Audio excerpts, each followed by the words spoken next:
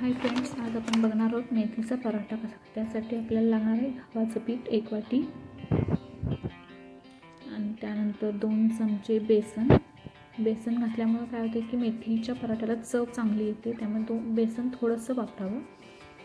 आणि त्यानंतर आपण घालणार आहोत 1 वाटी चिरलेली बारीक चिरून घेतलेली मेथी. तुम्हाला जितकी हवी तितकी तुम्ही घालू शकता. त्याचबरोबर थोडंसं आलं लसणाची पेस्ट, थोडंसं मिक्स करायचं. त्याच्यामध्ये मिक्स करून सगळं एकजीव करून घ्यायचं.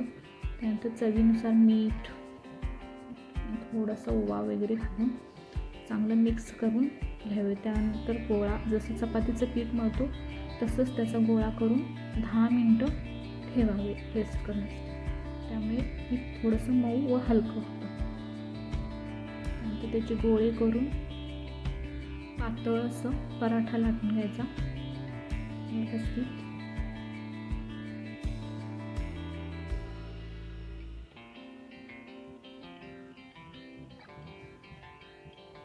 लाटून झाल्यानंतर तव्यामध्ये टाकून भाजून घ्यावं.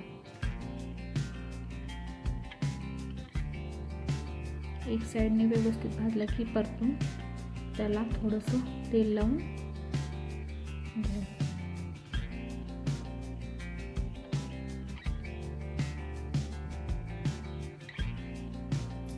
दोन्ही बाजूने व्यवस्थित तेल लावून भाजून घ्यावं.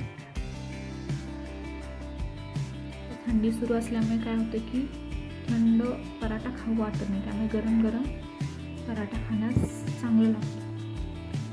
हा पराठा आपण दह्यासोबत आणि लोणचे यासोबत खाऊ शकतो. तुम्ही सुद्धा अशा पद्धतीने ट्राय करा, नक्की आवडेल.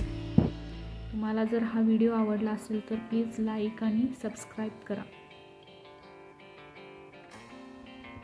खाण्यासाठी तयार आहे मेथीचा पराठा.